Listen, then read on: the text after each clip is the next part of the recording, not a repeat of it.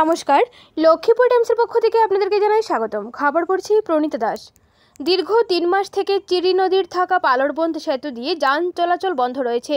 বিগত 3 মাস আগে ভারী বৃষ্টিপাতের ফলে পালরবন্ধ সেতুর উত্তর দিকের অ্যাপ্রোচ রোডটি ধসে নদী গর্ভে চলে যায়।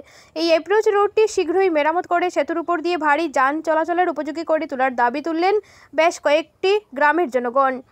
উক্ত সেতুর উপর দিয়ে ফুলেরতল, লক্ষ্মীপুর, পূর্ণাগ্রাম, সাপড় ময়না, তলেন গ্রাম, ইসলামপুর সহ বিভিন্ন গ্রামের জনগণের জেলা সদর শহর শিলচরে আসা যাওয়া করতেন। দীর্ঘ কয়েক মাস থেকেই পালরবন্ধ সেতুটির উপর দিয়ে যান চলাচল নিষিদ্ধ ঘোষণা করেছে পূর্ত বিভাগ। এই সেতুটির অ্যাপ্রোচ শীঘ্রই মেরামত করে না তুলনায় অনেক গ্রামের লোকের যাতায়াতের অনেক অসুবিধার সম্মুখীন হতে হচ্ছে বলে অনেকেই অভিযোগ করেছেন। উল্লেখ্য যে বিগত 3 মাস পূর্বে প্রবল বৃষ্টিপাতের ফলে পালরবন্ধ সেতুর অ্যাপ্রোচ ধসে নদী গর্ভে চলে যায়।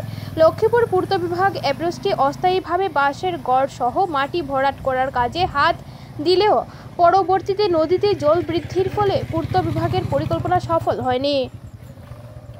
যতটুকু কাজ হয়েছিল তাহা নদীর জলে ভাসিয়ে নিয়ে যায়।